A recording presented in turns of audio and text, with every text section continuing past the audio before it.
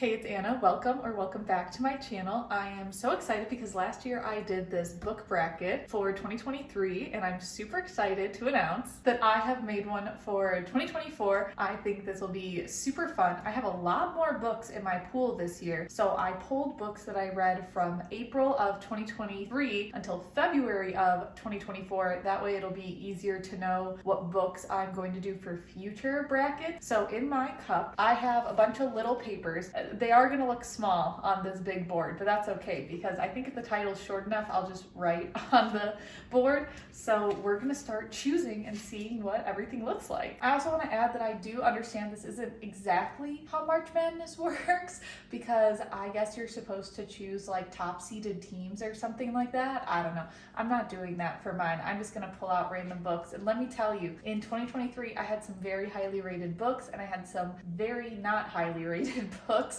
And also for 2024, honestly, so far this year, I feel like I've only had really good books. So let's see what our first matchup is going to be. I'm going to pick two at a time for our first matchup. So the first one that we have is The Shade of the Moon and Drop, Cover, and Hold On. All right, our second pair up is Under and Santi Were Here and If He Had Been With Me. Our third matchup is Caraval and Set on You. Our next pairing is Every Time You Go Away and The Teacher. All right, next we have Yellowface and Kingdom of the Feared. This is definitely the easiest one to choose from by far. I know I haven't started ranking them yet, but I already know. All right, we have two pretty long titles for our next pairing, which is A Very Secret Society of Irregular Witches and Never Ever Getting Back Together. All right, we have another easy pairing. We have Night of the Raven, Dawn of the Dove, and Sweethearts. All right, we have Happy Place and Cherish. All right, this is going to be a tough one. We have The Dead Romantics and The Coworker. All right, we have The Davenport and Kiss the Girl. I really forgot how long this took,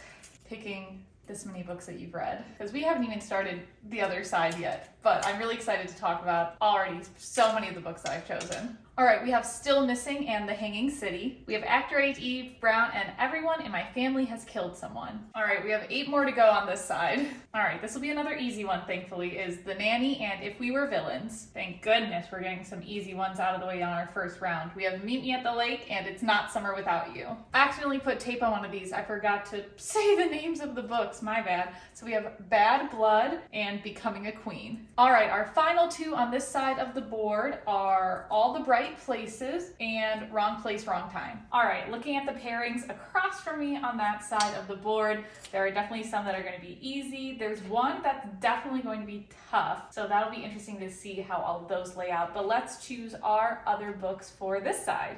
Our first pairing on this side is The Wicked King and The American Roommate Experiment, honestly starting off pretty easy. All right, we have The Exception to the Rule and Assistant to the Villain. Okay, we have Love Theoretically and Briarcliff Prep, which was actually one of my last audiobook reads for February, so that's how I kind of know where the cutoff's going to be for future videos. All right, we have The Dead and the Gone and Foul Lady Fortune. All right, we have Rosie and the Dreamboat and A Pretty Implausible Premise. Our next pairing is Twisted Hate and Lessons in Chemistry. All right, this is probably one of the easiest ones that we've pulled for first round picks, is All the Dangerous Things and The Design of Goodbye. All right, we're getting more easy ones out of the way. We have A Merry Little Me Cute and The Night Ship. Then we have Six Crimson Cranes and Love on the Brain. Two extremely different genres of books. We have Finale and The Agathas. All right, another very easy one for this side, Honey and Spice and The Kingdom of the Cursed. We're down to picking the final 10 books that are going to come out, and you can see we still have quite a few books in here. Another easy one, we have The 7-Year Slip and Kingdom of the Wicked. If there's one thing I'm going to constantly be, is a hater of the Kingdom of the Wicked, Cursed, Feared, all that series, which is going to make picking some of these pretty easier because we have all 3 of those books from that series on this board. Hooray. This side is getting a lot of easy pairings for the first round, but I just know the later rounds are going to be tough. So we have Take a Hit, Danny Brown, and Better Than the Movies. All right, we have The Fury and The Night in Question. A little bit tougher of a pairing, in my opinion. All right, we have You Shouldn't Have Come Here and Sweet and Bitter Magic. And our final two, which I hold in my hand, are The Immortalist and Yours Truly. Another easy pairing, thank goodness. So then these are all the books that were not chosen to be a part of the bracket.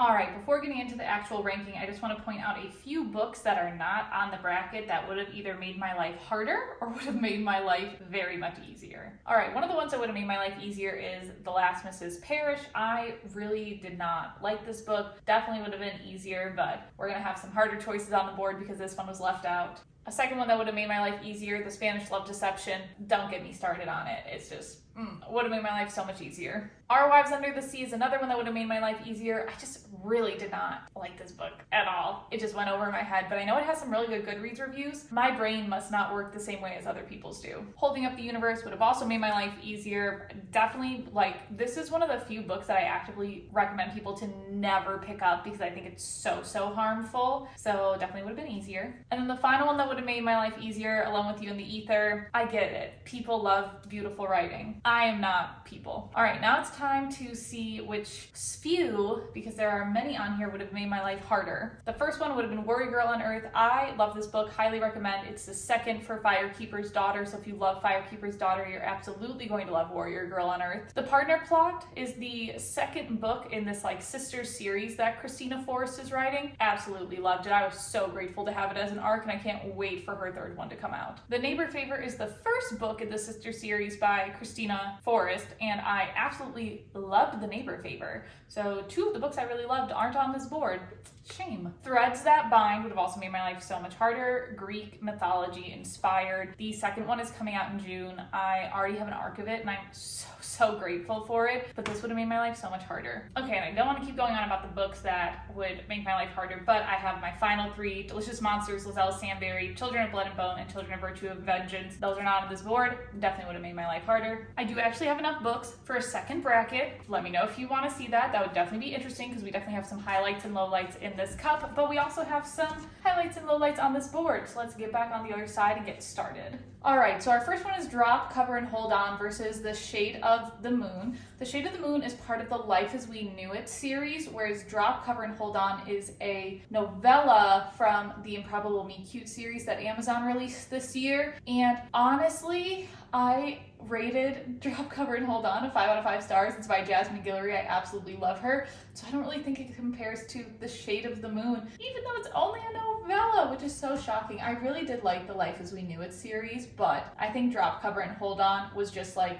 the perfect novella for me. I didn't think the characters needed to go anywhere. Do I think a novella is going to win this bracket? Realistically, no, because I feel like I've read so many great full-length books. So sorry to The Shade of the Moon, and I'm going to be so honest, I don't remember which one that is in this series.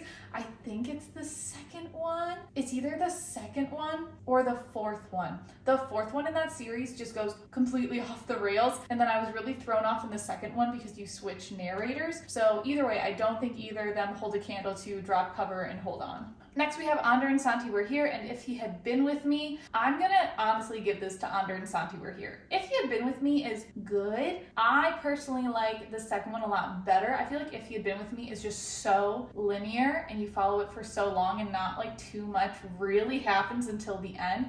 Whereas with Ander and Santi, it's a story about two boys that end up falling in love. One of them does not have the proper documentation to be in the States, and it's all about trying to protect him, get him proper documentation, work around their different struggles. So I really like the story and the beauty that is in there. All right, we have Caraval and Set on You. Very different. Caraval is a first book in a fantasy trilogy. In Caraval, you get to play this unique game to try to win a wish, and we followed Donatella Dragna, and I really love following this first book. This is definitely my favorite of the entire series, whereas Set on You is more of a romance that, if I'm correct, is by Amy Lee. I can envision the cover in my head. These videos are always so fun to do because it really test how much I retain of each book.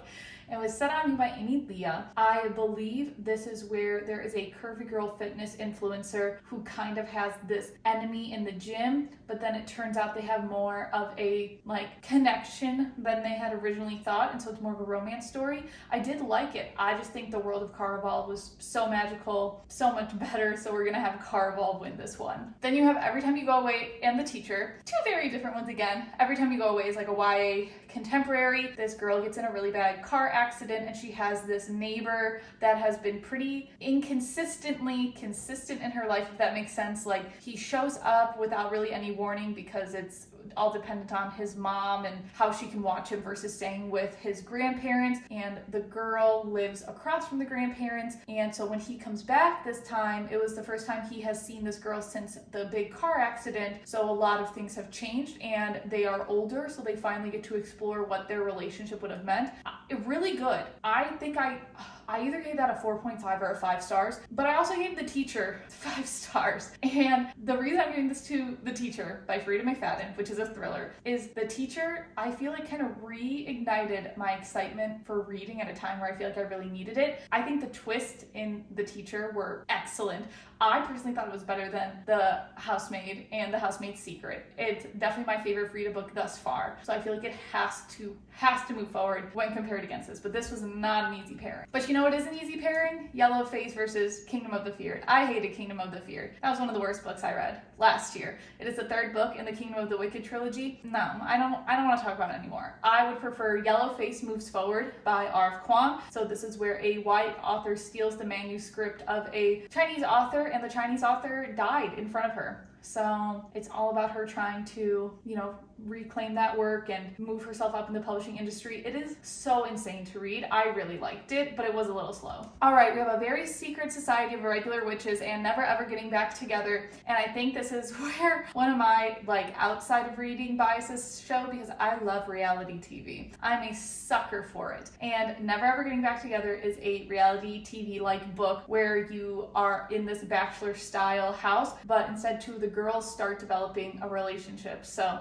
definitely enjoy that, just slightly more than The Secret Society of Irregular Witches. I still liked that book too. It's about a witch who gets hired to train 3 younger witches, but all those witches aren't supposed to be in the same place together because of their magic. And so this older witch has to navigate what to do, and of course there's a little romance thrown in there. So overall I think it's a really good cozy fantasy book, but I really like the reality TV aspect of Never Ever Getting Back Together. Another easy pairing is Night of the Raven, Dawn of the Dove, and Sweetheart. Sweetheart sucked. Don't read it. Let it live in the nostalgic bubble. You would probably recognize this book if you're in your mid-20s or later 20s. Don't reopen it. It's not good. I don't enjoy it. So we're just gonna skip that. You can obviously look up the description and make your own choice. Not for me. Don't want to revisit. So we have Night of the Raven, Dawn of the Dove moving forward, which is a India-based fantasy novel, which we read for a book club, and I really enjoyed it. So that one's definitely going to win over Sweethearts, which is a book. I think that was one of my first 1-star rated books last year. This one's going to get a few people mad. We have Happy Place by Emily Henry versus Cherish by Tracy Wolff. It's going to go to Cherish, okay? That's the final book in a 6-book series that follows the same people you've been reading about. And I absolutely love Cherish. Honestly, I thought it could have been longer because some new plot lines were opened up, but I still loved seeing the characters, seeing the resolution, getting to the end of the book. That was so much better than Happy Place. I did appreciate Emily Henry's use of trying to do multiple perspectives. I just think it didn't land as well, and I also don't like Win. He's my least favorite main male character, so we're definitely giving it to Cherish. All right, this is really interesting. So we have The Dead Romantics and The Coworker. So we'll start with The Coworker, which is by Frida McFadden, and this is about a person who works at a corporate office, and the person who kind of works by her doesn't show up for work one day, and when she answers the absent person's phone, it's kind of a distressing message, and so this coworker has to figure out what happened to her now missing coworker. I thought it was really twisty. I thought it was really fast-paced. I am biased towards all of Frida's books. I'm also biased towards all of Ashley Poston's books, and The Dead Romantics was a book that made me cry last year. It is about a woman in the publishing industry. She goes home because her dad passes away, and she sees the ghost of her boss, like her brand new boss, following her in her hometown, and she has to kind of help him cross over to the other side. But of course they develop this kind of supernatural relationship because she can see ghosts. So I thought that was really interesting. They are very different genres, The Dead Romantics being, this more supernatural type of romance, contemporary romance, you could say. And then you have a thriller mystery. I don't want to look at the board because I don't know what I'm going to choose. And I know another one of Ashley's books is on here too, but I don't think another one of Frida's is either. So quite a few of my favorite authors. I think realistically, because of the emotions the Dead Romantics pulled out for me, because I cried, I think that gives it a little bit of an edge over The Coworker. Next we have Kiss the Girl and The Davenports. The Davenports is more of this historical fiction book. You follow 4 perspectives of the 4 girls. One of the girls is a maid, and 3 of the girls are more like upper class folks, all Black society pretty much that it focuses on. Of course, interactions with the white folks in the town as well. It is based off of a true story, so I do really appreciate the historical aspects of that. But it just was very slow for me, and the changing of perspectives, I almost wish that there would have just been 4 books that had followed the 4 girls just to really give me the detail and depth that I wanted. So I am going to give this to Kiss the Girl. This is part of the Meant to Be series. It's the 3rd one that came out last year. It is The Little Mermaid inspired. She's also my favorite princess, so little bias there. But I did really love this more classic take on The Little Mermaid. You have Ariel, who was part of this Seven Sisters pop sensation, and she has been told that she is the only one that's going to be continuing music, but she doesn't necessarily want that. So she decides to run away and join a band with Eric and his crew, and so she starts traveling all around. They don't recognize her because she had a very specific pop persona that she would like wear costumes for, so nobody really knows who she is. But so she's trying to really like find herself, discover her own voice without her voice actually being stolen like in The Little Mermaid. So I really liked that book. We have Still Missing versus The Hanging City. Surprisingly easy. Still Missing was a book I was really excited to read last year. It's about this girl who was kidnapped, and she comes back, and you learn about what happens in her therapy sessions and as she's trying to acclimate back to the real world. I don't believe it's based on a true story or anything, but it was just kind of slow, and the plot changes like midway through the book. It was very odd. I did not necessarily enjoy it. So I would rather give it to The Hanging City, which is a book about trolls. It is a troll romantasy, which is very interesting to read about, but I thought the writing was good, the world building of the trolls, and our main human character, Lark, who is trying to get away from her father by finding this mythical city. And Lark has an ability where she can wield people's fears, so she's very dangerous, but again, she's trying to run from her father, find the troll city, and she starts to, develop relationships with the trolls that are there. My only critique about this book is that it's kind of left on this open ending, and I don't think there's plans for a second book. I think it's just a fantasy standalone. I would pay such good money for a second book. I think it deserves one, and I will be on that train until a second book comes out. Alright, then we have Actor Age Eve Brown and Everyone in My Family Has Killed Someone. Listen, I did not like Everyone in My Family Has Killed Someone. I know a lot of people really enjoyed that book. I listened to it on audiobook. I think it was just too confusing because you have like 10 main characters who are all in the same ski lodge, and they're meeting one of the main characters who was in their family who is finally released from prison, and our actual narrator is the one who put that guy in prison, so there's tension there. But then a murder happens at the ski lodge, so they have to try to figure it out.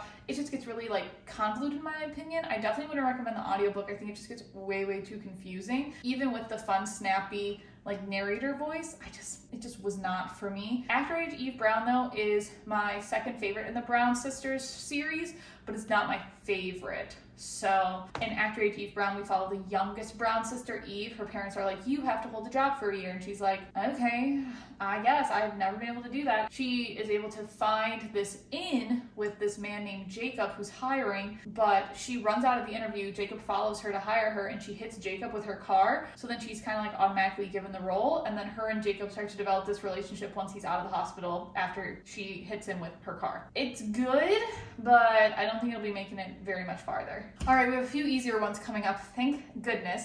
We have The Nanny and If We Were Villains. Listen, I don't know if you can tell, I'm not really a big one for this quote unquote beautiful writing. I don't really like Shakespeare either. I like watching Shakespeare. I hate reading it. And so If We Were Villains is Shakespearean, based in this college, and one of the actors in this troupe gets murdered, and then they have to try to figure out who did it. Also, there was no urgency in that book. They did not care that this guy got murdered. They were just like, we don't need to figure out who did it. Absolutely infuriating. Would not recommend. The Nanny, we have obviously this woman named Cassie gets hired as a nanny, but it turns out that she used to have an OnlyFans account, and one of her biggest supporters on OnlyFans ends up being the father of the girl that she's nannying. So then they have to rediscover their relationship and the dynamics of what exactly is going to happen happened. So I did actually really like The Nanny. It's by Alana Ferguson. I know she's kind of blowing up with The Fake Mate, and I think she has another book coming out this year, so I'm interested to see what else she does. Then we have Meet Me at the Lake and It's Not Summer Without You. Meet Me at the Lake also made me cry. This is about a girl who loses her mother. She has to go back to run the lakeside resort, and it turns out somebody who made a really big impact on her one day 10 years before is also supposed to be helping at the resort, which was one of like her mother's last things that she set up. So then they have to discover their dynamic.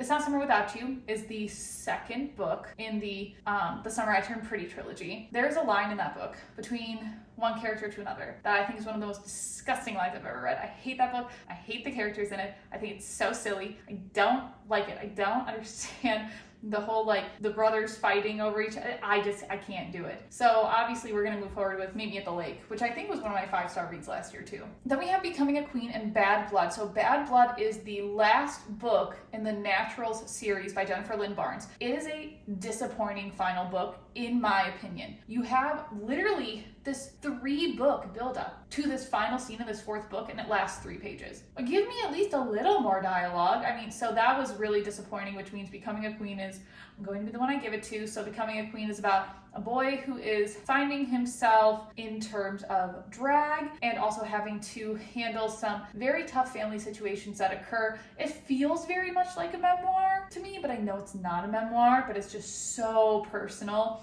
and I thoroughly enjoyed the emotional journey that I was taken on in the book. Next, we have All the Right Places and Wrong Place, Wrong Time. I don't like either of these books really, so whichever one I choose is going to lose to Becoming a Queen. I'm going to do All the Right Places first to move forward, because All the Right Places, you follow a girl and a boy who are paired together for an assignment in exploring Indiana. The girl has like quite a bit of her own personal trauma after losing her sister, and the boy suffers from a mental illness. Do I think it's the best representation in the world? No, but I do think it's better than Wrong Place, Wrong Time, which is this like thriller book that I didn't think was very thrilling. And Wrong Place, Wrong Time has a lot of like time travel in a thriller book, and the rules aren't very clear.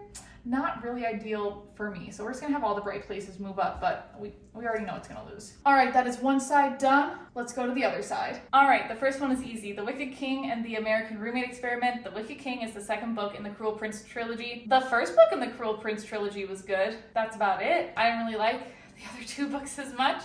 And it was weird that they all got shorter as the trilogy went on. You would think it would be the opposite, but oh well. The American Roommate Experiment is technically the second book in like the Spanish love deception universe. First of all, I didn't like the Spanish love deception, so I owned the American Roommate Experiment physically. I got it as a gift, and I was like, well, I may as well try it. I liked it way more than the Spanish love deception. We have a girl who is staying at her friend's apartment, but also that friend's cousin was promised the apartment, so now they have to share a studio together. So very much forced proximity, and like she kind of has an attraction for this cousin. They're not related, don't worry. And they kind of get to explore that throughout the book. So I definitely enjoyed it way more than the Spanish love deception and more than The Wicked King. All right, we have The Exception to the Rule and Assistant to the Villain. The Exception to the Rule is a novella that came out with that Improbable Meet Cute series for Amazon, and I thought it was really cute by Christina Lauren, because it is somebody who accidentally emails someone and they start to say Happy Valentine's Day every Valentine's Day together for like 10 years, and then they finally play this game of, oh, do we meet in person, do we not? There are relationships that they have over the course of those 10 years. Is it the right time for them to meet? So I really loved all the tension in that book.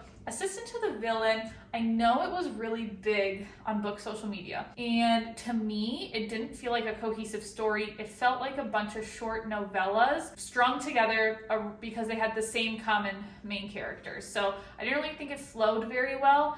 Am I gonna read the second book? I honestly have no desire to, so it's definitely not high up on my list. I have plenty of books I want to read before it, so definitely giving it to The Exception to the Rule. Again, a novella moving forward. Don't know how far it's gonna go. I don't realistically think it'll win the bracket, but it'll be interesting to see how far some of the novellas get. This is why this book bracket is so fun, because you get to put books that are nothing alike up next to each other. So we have Love Theoretically by Ali Hazelwood. That is her third book in her kind of like STEM, steamy romances series. And then it's against Briarcliff Prep, which is about a high school aged, all black boarding school, and it really centers around teaching, I think, the reader who typically is a teen, but it teaches the reader not only what a healthy relationship can look like, but also what a toxic relationship can look like and the complexities around getting out of a relationship and what that could look like. I honestly think I rated Love Theoretically higher than Briarcliff Prep, but I think because Briarcliff's Prep's message is so important and I thought it was so impactful when I listened to it, I feel like I'm gonna let that one move forward. I am looking forward to the next book in that series. I put it on my pre-orders list because it comes out in November. I think it's called Briarcliff Prep Sophomore Year or Briarcliff Sophomore Year, one of the two. And so I really am more invested in that story than continuing reading the next book in the STEM series for Allie Hazelwood. I wouldn't not pick it up, but between the two, I feel like I would go back to Briarcliff Prep first. So it's interesting to see how my own ratings kind of change year to year. Then we have The Dead and the Gone and Foul Lady Fortune. The Dead and the Gone is also part of the Life as We Knew It series where like the moon gets closer to the earth and it's all apocalyptic. And I liked Foul Lady Fortune more. Foul Lady Fortune, you follow Fortune, who is an assassin because she has this like special ability where she can't really have physical wounds kill her unless they're like actual fatal shots, but she's able to like recover from gunshot wounds, and she gets partnered up with another agent to try to infiltrate a Japanese newspaper press because this takes place in China during the 1930s, and they infiltrate this Japanese newspaper press as a husband and wife duo to try to uncover the schemes that are in there. So really more complex. I really liked it. The Dead and the Gone just really doesn't compare, and I honestly don't think the first Life as We Knew It book, which was my favorite, would compare either. I think Foul Lady Fortune is just such a unique world, and I can't wait to keep reading it with Foul Hearts Huntsman, hopefully this month, but we'll see. Next we have Rosie and the Dream Book and A Pretty Implausible Premise. So A Pretty Implausible Premise, honestly, looking back on it now, is more just like a mid book with, I feel like, a lot of tropes just thrown at it. It follows another high school relationship where this new kid moves to town. He kind of carries a lot of trauma with him, and this girl is also, I feel like, trying to figure out what she wants in life, and because this new kid is kind of weird, she's kind of weird for wanting to get to know him, but then she learns more about his backstory, and then there's a fire. It's kind of all over the place. So I do want to give this to Rosie and the Dreamboat. I actually really like that. It's another novella in the Improbable Me Cute series. You have a girl who gets like stuck in this floating tank, and she has to talk to the fireman that's outside to keep her calm. Listen, that gives me very reality TV vibes. It reminds me of Love is Blind, so a little more biased towards that one. Then we have Twisted Hate and Lessons in Chemistry. Twisted Hate is my least favorite book in the Twisted series. Have I read all 4 books? No. I stopped at Twisted Hate. That's all there is there. I didn't like the couple that much. I thought it was just kind of odd, not the tropes for me in this book. I know a lot of people really like the Twisted series. Not for me. Definitely, I think the spiciest of the 3 books in the Twisted series too, but it was just like, it just felt so forced between the couple that their hatred felt really forced, and then them getting together, like, it was just like a weird dynamic throughout the whole book. This whole like very much haters to lovers, not even enemies, like they just flat out hated each other, to being like just a weird progression. So I would much rather give it to Lessons in Chemistry, which I think has bad marketing because I think it is a very serious book, but it's sold as like a comedy. You follow this scientist who ends up becoming a TV personality because of how she cooks her daughter's meals, and you also find out about this woman who goes through loss in her life, who has always been a little bit different, trying to work in a man's world, and I feel he has a lot of powerful messages, but it just sucks with the marketing. So I was so thrown off reading it because I was expecting a comedy, but it wasn't a comedy at all. But I do still think it's better than Twisted Hate. A wonderful, easy one. We have All the Dangerous Things. I didn't like that book. I'm gonna tell you right now. I loved A Flicker in the Dark by the same author. All the Dangerous Things, I didn't like it at all. It's about this woman who is trying to find her missing son by talking about it on true crime podcasts, and she ends up talking to somebody who runs one of these like true crime realms to try to find her son, and it just gets like convoluted from there. Kind of odd. Did not like it. I think I gave it a 2 out of 5 stars, but The Design of Goodbye I gave a 5 out of 5 stars. This is a YA contemporary fiction piece where you have a girl whose mom just like left her when she was like 16, so like way older to leave a child, and so she has to deal with all of this, and she meets this other person who has just moved to town. It's kind of similar to A Pretty Implausible Premise in terms of like this new kid moving into town, but like the bullying this new kid faces is absolutely terrible. So the girl really tries to befriend the new kid, but kind of in secret, and then they end up exploring their relationship through there. I loved the dynamic. I thought it was much better than A Pretty Implausible Premise, and definitely better than All the Dangerous Things. Next we have A Merry Little Meet Cute and The Night Ship. So in A Merry Little Meet Cute, we have this producer who says, oh, somebody needs a leading lady, well, let me give them this leading lady, but this leading lady happens to have like an OnlyFans site, and this is for like a Christian movie. And so nobody has to know her actual true, like what the producer actually makes money off of her for and what she makes money off of for. So that is, you know, kind of an interesting premise. And then you have the main male star who was a teen heartthrob trying to rebrand his image again in this like Christian movie, but he knows exactly who the leading lady is. And they have to try to, you know, not show their attraction for each other. And so there's a lot of tension. There are spicier scenes. I thought it was really cute. Definitely better than The Night Shift. I hated The Night Shift. It's been my least favorite book this year. I can't tell you how much I hate it. I don't think it makes sense. It's two storylines that don't ever overlap, that are like 200 years apart, but they never overlap, but you're in the same book. People, it's one of those like, oh, it has beautiful writing. Okay, I guess not for me, so we're gonna give it to A Merry Little Meet Cute. Next we have Six Crimson Cranes and Love on the Brain. I feel really bad because I do like Ali Hazelwood's books, but not with the ones it's compared to. So Love on the Brain is the second book in the STEM series, and it focuses more on these like space helmets that are being made. I think, yeah. It focuses more on these like space helmets that are being made, and the main girl and the main guy have to like try to like work together, but the main girl doesn't want to work with the main guy because they have some bad past. So again, not a bad like STEM romance book. I just like Six Crimson Cranes better. We follow a princess who her stepmother curses her six brothers to become cranes because they find out the stepmother is magic and you're not supposed to have magic in the land. And so this princess has to go around with like a bowl on her head and she can't speak to try to find where her brothers went and how to break the curse. And it's such an epic adventure with this beautiful message of finding family and finding love. And I definitely feel like it just has a lot more depth than the Love on the Brain book does. Next we have Finale and the Agathas. Finale is the last book in the Caraval series. Listen, the Caraval series takes like a turn in books 2 and 3. It's almost like Caraval was its own book, and then you have Legendary and Finale that are like very different because they follow this world of like the fates, and you have different main characters, and it's just not my favorite. So I would much rather give it to the Agathas, which is two unlikely folks kind of come together to solve a mystery, and I feel like that's mainly what I remember about it. But I definitely feel like I liked that mystery part, solving together unlikely friendships. I like that a lot more than Finale, for sure. We have Honey and Spice and Kingdom of the Curse. We already know how I feel about the Kingdom of the Wicked series. Big thumbs down. The second book isn't much better than the last, so that one's not winning. Honey and Spice, we have a woman at a college who is running a radio show, and in order to kind of boost her resume, her mentor says, hey, you should really work with this new guy on campus, and I think it could elevate your show, and he could benefit from your expertise too. So then her and the guy enter this like fake dating type of relationship at this very small college, and it's really interesting to see how it plays out since she's such a big radio TV personality. I think I also gave this one a 5 out of 5 stars. Definitely better than Kingdom of the Curse. I really forgot how long choosing all these books takes, and I'm such a yapper. But if you're at this point, thank you for sticking around. We haven't even made it to our Sweet 16, Elite 8. I don't know. We haven't gotten any of the ones that I remember the names of yet, but let's keep going. We have the 7-Year Slip versus Kingdom of the Wicked. All right, Kingdom of the Wicked, that we already know I don't like it, right? I guess I haven't really given a fair shot of its premise. So you have this girl who's a witch, and other witches are being murdered in the town, so she has to try to like figure out what's happening. Her own sister gets murdered, and she ends up working with like a demon, and you get really involved into the demon world, especially later on in the other books. The world,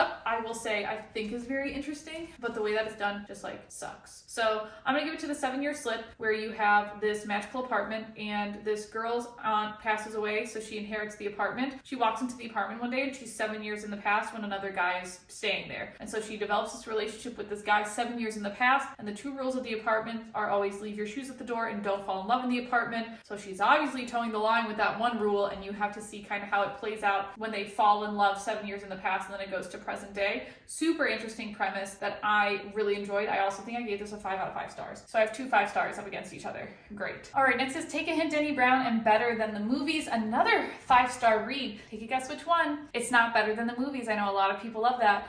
The Better Than the Movies one, this girl loves rom-coms. Her mom passes away, and she's like, oh, I definitely just want this kind of love. And she doesn't realize her neighbor's in love with her. She's just annoying. I'm sorry. I could not get through that book. I thought it was so slow, especially on audiobook. And she thought that like instead of her neighbor, that this guy from like years ago would suddenly be her romantic comedy person. Can't stand it. Can't stand it. Take a Hint, Danny Brown is the second book in the Brown Sisters series by Talia Hibbert. It is my favorite Talia Hibbert book because it has fake dating. I I like the depth of their relationship. I think the characters were complex. So Dani Brown is a adjunct professor, I believe, at a university, and they have a fire drill, and the fire drill means that she's accidentally locked in an elevator, and Zafir, the security guard, realizes that she's not with the other students and professors that are in the yard after the fire drill, so he goes in and rescues her, carries her out, and so they become this like social media sensation. So they're like, okay, let's fake date, let's see this because it can be beneficial not only for me as Dani Brown, but also as you, Zafir, because Zafir wants to do his own like rugby type of organization. So then they realize that like Zafir really wants to develop like a relationship with Dani, but Dani's like, I don't do relationships, no thanks. And so it's really interesting when they do get into that fake dating scenario, and I really like how their relationship blossoms throughout the book. So highly, highly rated, definitely better than the movies. Then we have The Knight in Question and The Fury. The Knight in Question is the second book in the Agatha series, so you have again that found family, folks working together to solve a mystery, and this is a mystery that specifically happens in a mansion. It's really twisty. I love it. I do personally think it's better than The Fury. I still like The Fury, and I've met Alex McLady's before. The Fury is, you follow mainly one narrator, and you get like kind of different perspectives from the 6 other people there, but you mainly follow one narrator throughout the story. They go to an island, and they're trapped on the island because of the bad weather, and someone ends up being murdered on the island, so the whole book is finding out who the murderer is and who the murdered is, because you don't know that either. So interesting premise, very twisty, but I think The Knight in Question was better, which is surprising because I feel like I haven't thought about The Knight in Question in so long, and I just recently read The Fury, but I do think The Knight in Question is just a bit better of a mystery. Even though it's YA, maybe that's why, maybe I prefer YA mysteries to adult, but I liked it better. All right, the next 2 are easy. Thank goodness, because I know we have some tough ones coming up. We have You Shouldn't Have Come Here by Geneva Rose. Listen, I have converted to liking Geneva Rose's books. Not this one. I thought this one was so predictable. Girl goes to an Airbnb and the town is creepy. That's all I'm going to tell you because I feel like the rest is spoilery. So I would much rather give this to Sweet and Bitter Magic, which is a standalone fantasy. You have a girl who needs to help try to save her dad from this mysterious illness that's like plaguing literally everybody, and she pairs up with somebody who has magic, and they're not allowed to like have magic in this land, and they end up forming this bond where they're like, all right, we don't like each other, but we'll help each other get to the land of like where the witches are and figure out why exactly this like dark sickness is coming over the humans. So very good fantasy standalone. It is sapphic, which I feel like kind of is an interesting romance aspect that was thrown in, but it wasn't like a romantasy. It wasn't overwhelming or anything, and you really got all of your answers wrapped up at the end, and I really think the relationship between the 2 main characters was beautiful. So definitely better than You Shouldn't Have Come Here. All right, then we have Yours Truly versus The Immortalist. The Immortalist, what can I say? That is a very character-driven book. You don't get a lot of resolution. It's about 4 children who find out the day that they're going to die from a psychic, and you follow each one of their perspectives throughout their lives. Yeah. Do you get resolution? No. So automatically, don't really like it as much as Yours Truly. This is the first Abby Jimenez book I read, and I really liked it. So it's between these 2 doctors, and they kind of have a rough meeting at the beginning, but then one doctor writes the other a letter being like, hey, I'm sorry, and this is why I'm like this. And they develop this beautiful relationship through letters. The female doctor has a lot of trauma at home. The male doctor is also going through a lot on his own, and you get their relationship being able to meld what I think really beautifully, and I really liked this book as one of my more upper tier romance books. Other Abby Jimenez books haven't been as big of a fan of. All right, moving back to this side, I feel like because Blood Like Fate was on the board last year, I already knew it was gonna win. I have like quite a few favorites on that side and on this side. So it's gonna just be interesting to see where the pairings fall and how different books move forward. First, we have Drop, Cover, and Hold, and Ander and Santi were here. Like I said, I think a novella getting far is tough because the depth of Ander and Santi's story was so beautiful and so moving. I feel like I have to give it to Ander and Santi just because Drop, Cover, and Hold On, it didn't have as much depth. It wasn't meant to have as much depth. So that's who our first moving book is gonna be. I don't know how many are in this round. Let me count. It's our first book in the Sweet 16. See, I know how the numbers work. Next, we have Caraval versus The Teacher. Listen, Caraval is my favorite. I honestly think it has to go to The Teacher.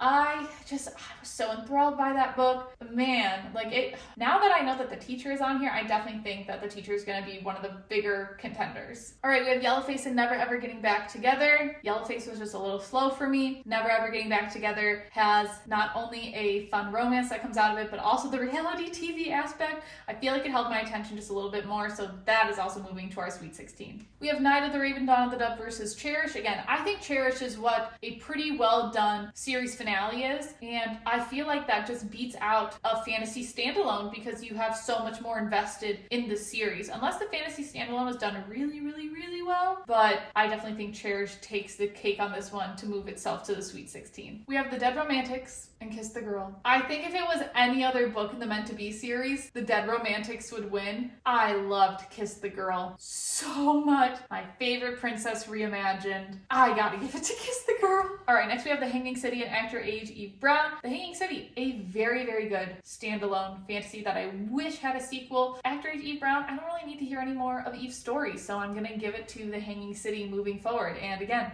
really hope it gets a sequel. We have The Nanny versus Meet Me at the Lake. There is something about mother-daughter relationships in books that I just like adore. I think because I love my mom so much. And Meet Me at the Lake was just so emotional for me. The Nanny was very good, but I'm definitely gonna give it to Meet Me at the Lake. I'm already tearing up thinking about some of the things in that book. Sorry, the line is wonky here. My bad. Then we have All the Bright Places versus Becoming a Queen. Becoming a Queen was such an emotional read for me, and I feel like it was so pure and honest, and I feel like it was way better than All the Bright Places, in my opinion. So we're definitely giving it to Becoming a Queen. The American Roommate Experiment and The Exception to the Rule. Both very good, like contemporary romances. I'm gonna give it to The American Roommate Experiment because The Exception to the Rule, again, was just so short. And also with The Exception to the Rule, there was a scene where I feel like it was just like forced spiciness in a novella. A little odd for me. The American Roommate Experiment wasn't perfect either, but I do prefer the depth and the emotional connection in the Roommate Experiment versus the shorter novella in The Exception to the Rule. This is a tougher pairing because Briarcliff Prep, like I said, I feel like has so many important messages, but Foul Lady Fortune I think was also so good. Complex and a unique world. And so both of these books I feel like are very good. I just like, I don't know which one when comparing because they are so different. You have more of that YA contemporary dealing with some darker issues versus a YA like historical fantasy. Very different. Yes, they're both YA, but again, very, very different in my opinion. And I'm interested in both of their sequels too. Like I'm actively reading Foulheart's Huntsman. Well, not actively, but I have it, and I do want to continue reading it. I do want to read more of Chloe's books, and I would want to read more in the Briarcliff Prep universe. So I feel like I didn't realize this pairing would be so hard. Okay, I think for me, while I'm really excited for the Briarcliff Prep sequel, I think the Foul Lady Fortune universe made more sense to have a sequel, and so I'm going to, because I want to stay in that universe a little bit more than I want to stay in the Briarcliff Prep one. I really thought Briarcliff Prep was a standalone, so I think because of the expansion of the world with Foul Lady Fortune, I'm gonna give it to that one.